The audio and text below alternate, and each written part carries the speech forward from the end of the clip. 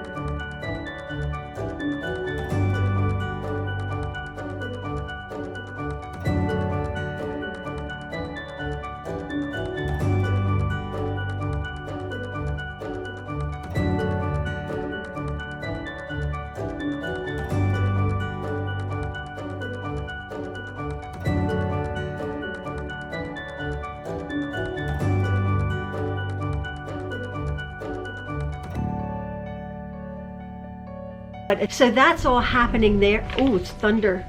Oh my word. I'm okay.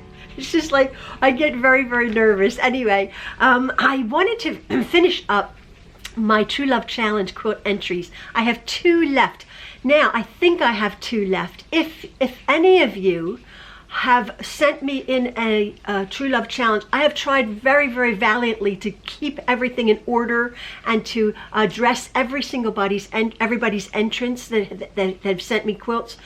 If I have mistakenly forgotten or omitted or weren't aware of your quilt entry, because these are the last 2 I believe I have, please email me at truelovequilts4you@gmail with your entries. I apologize profusely. As you know, I had messed up my other video. I had forgot Karen's quilt, but I went back and showcased her quilt. I have 2 more quilts. Again, I think these are the last 2.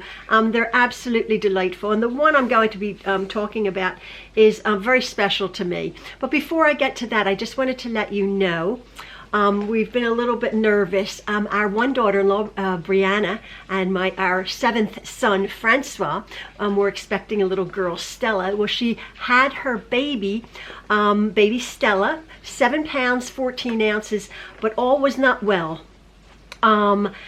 So I'm a little bit, they're still in hospital. She was planning on having a home birth with her midwife, but as we do. But at the very last moment, Brianna's blood pressure spiked. She had preeclampsia, which is dangerous. Rushed her to hospital, which was awesome. They took her right in. And she had been fine up until then, but then it all went wrong. Baby had, in the canal, had breathed in some meconium and is now on oxygen in the NICU unit. They're confident baby will be okay, confident that Brianna will be okay, but as of this moment, they're still in hospital. Francois with them around the clock, of course. So everything will be okay, but it didn't go as straightforward as was desired. This was her first baby. So we've been a little bit on edge because visiting, they're about an hour away, which is fine, but the visiting is very, very short. We're not allowed to see the baby. But she's been expressing her colostrum and her milk for the baby, and the baby's healthy. Other than that, nice strong little baby, natural birth, but it was all sort of panic stations. So we want to keep Brianne and Francois, where I'm a little bit like, oh, those dear kids, but we're assured, the hospital is assured, that they're going to get over it. Brianna's blood pressure is being monitored, and she's on medication for that. So that all happened very quickly. She went about a week or 10 days overdue. But again, it was quite straightforward pregnancy, and then it all sort of went awry. So we're sort of a little bit nervous about that. Our another daughter-in-law is doing another 3 days. Sarah, who lives here, that's her fourth baby. So hopefully that will be okay. So if you don't hear from me a little bit, we are a little bit busy with some other things here and the babies and things that are going on. So I might have to take a slight little break. But until then, I'm going to be finishing up the Truelove Challenge quilts. And the first one I want to address is from Kelly. Now, if you're not familiar with the Truelove Challenge, I had back in November, October, with my friend Jen, had challenged you folks out there who wanted to participate in making a quilt, a smallish quilt, with the fabrics that I had chosen. And these are the fabrics. So the fabrics were a mixture of fabrics from different fabric manufacturers. Quite a lot of quilt challenges are from a certain manufacturer, and they're all from the same fabric line. I chose, because I had never done this before, I had chosen 6 fabrics that were all sort of all over the place. Did they go? Maybe not. Did they? Maybe so. But these were the 6 challenge fabrics. This like a burgundy paisley, a stripe, a multicolor stripe, this sort of batik, and then this blue print, like a focal fabric, a white sort of a dot, but this had little hearts, a little multicolor, and then a red and white dot. Now, the challenge was to make a smallish quilt, and I had given a dimension, but a lot of people couldn't do that. They made a different size quilt, which was fine. But the challenge was to use at least 5 of these fabrics and any other fabrics you had. And again, it did prove to be quite a challenge. From most of the entries that I have gotten, maybe 30 or 40 up to this point. The date was March 15th. It's over now. Like a little contest. It wasn't a contest. It was a challenge. Most of the challenge was to actually use these fabrics because most people did not gravitate towards them, nor did I. That was the whole challenge of it, to see if you could step outside your comfort box. And again, if you look at my playlist, you will see the different quilts that people have come up with using these fabrics and or the fabrics that were similar to, because I understood that quite a lot of these were not available. So, but if they had gotten sort of a burgundy or even a paisley, another stripe, that look. But again, to challenge wasn't a contest. It was to challenge our own ability to create something really that you weren't, maybe that you didn't even really like. Like quite a lot of people were like, I didn't really like the fabrics. I didn't either. I just picked them out randomly from a fabric website. And but some of the beautiful quilts, oh my goodness. So I'm going to now showcase Kelly's quilt. I had no idea how to design a quilt, had to come up with a pattern. So I searched different quilt blocks and found this spool of thread block. The previous quilts I had made have just been simple squares and some half square triangles. Welcome to my world right now. I'm sewing squares together. So I thought I would try something new.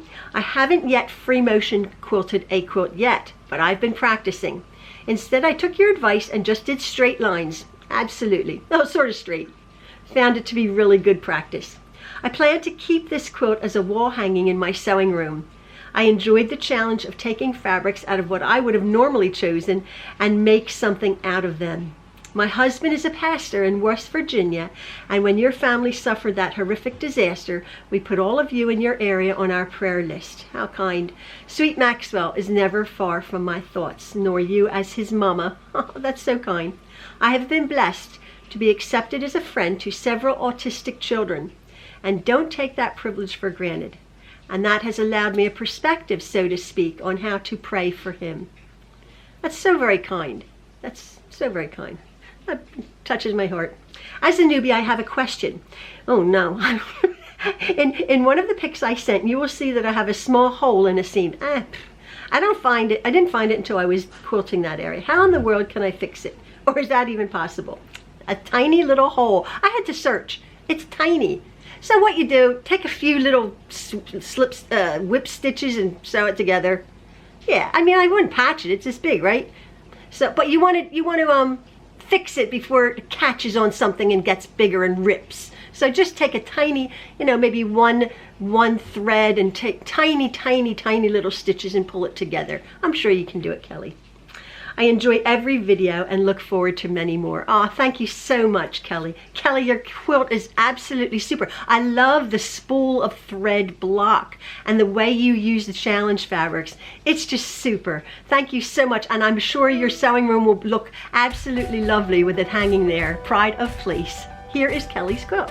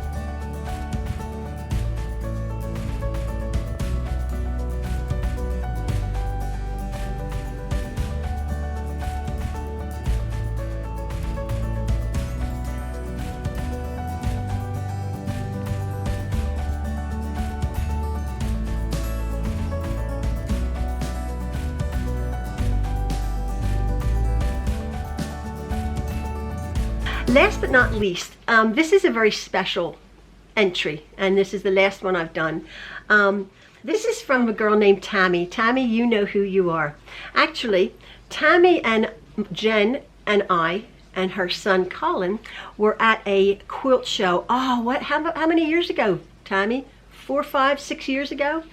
And Jen and I were at the quilt show, and we had mentioned on our videos, like if anyone is ever wanting to, see us, tall, thin Jen and short, fat Jean, you'll see us in the crowd. Come and say hello. Well, Tami and her huge, tall son, Colin, came over to us and introduced themselves. And it was just such a lovely meet and greet. It really was. We were talking to Tami. She had lost her sewing mojo and hadn't been feeling all that well. And she had the support of her dear son, Colin, who is just a darling, looking after his mom. And Tami, we haven't met Tami again, but over the years, she just occasionally has popped in to say hello. And she actually said she rose to the challenge to do this, to do a quilt. Her story, though, here's my Truelove Challenge quilt. I call it Spring Discoveries. Spring because I'm ready for flowers and done with snow. Discoveries because I made so many while making this. Mostly what to do next time I decided to raw edge applique, and what not to do. All in all, the best discovery of all was getting my sewing mojo back. I have you to thank for that. Oh, Tami, this is such a wonderful, sweet, lovely quilt that I'm going to be ending the Truelove Challenge entries with. Her quilt measures 34 by 39, almost exactly the measurements that I had given. But it's so lovely. The quilt is beautiful, but it's so lovely hearing the story, how quite a few of you with this quilting challenge, just a silly little thing, but it ended up being more of a serious thing. People's lives were on hold for several years. There's been loss, there's been sadness, there's been depression, there's been anxiety and stress, all of us. What the last couple years with the pandemic and with other factors in each one of our lives have impacted us. And this little sewing challenge, just for a few moments a day or a little time, sort of got us out of that and got us back to our machines. And I'm so thrilled to hear that Tami, our friend Tami and her son Colin, and Jen passes along her love to you too also, rose and stepped out of our comfort zone or our anxiety and did something. And Tami, your quilt is absolutely delightful, and I'm sure everyone will agree with me that it's a fitting end. The spring is coming, spring of 2022. It certainly is going to be a little bit brighter, hopefully. Hopefully for each one of us individually, if not for the world collectively. But we really appreciate you, again, stepping out of your comfort zone and going to a better place, Tami. So everybody, here is Tami's lovely, lovely quilt.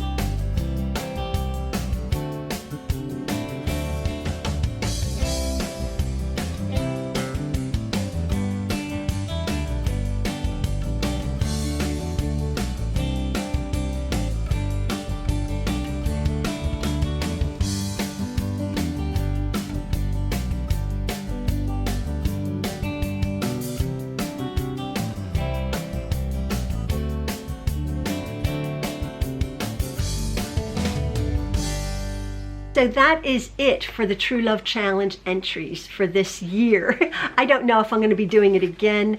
Again, I might have to take a little bit of a break right now. We do have some pressing things with grandbabies coming and some other issues that we're having to deal with. So I'm going to be taking a little bit of a break. But I'm going to be missing you guys. I will be back finishing up some things over at the property that have to be taken care of, our home situation. We're here, we're fine. Maxwell is fine. Maxwell's doing really, really good considering the situation we find ourselves in, and Ian. And again, we thank God every single day that we're alive, that we're well, we have lovely friends like you guys. And again, I appreciate it all. Stay tuned. When you see a video come up, I'll be back. But just for now, concentrating on babies. Hopefully everything will be okay. We're a little bit worried about that. And the next few babies to come. Sarah is due next week. Caitlin is due in another month or so. So it's all happening. It's all exciting. But a little bit of a worry right now. So keep us in your prayers, folks. And I will keep you in my prayers. Thank you ever so much. And as always, love from the Trueloves. Bye-bye.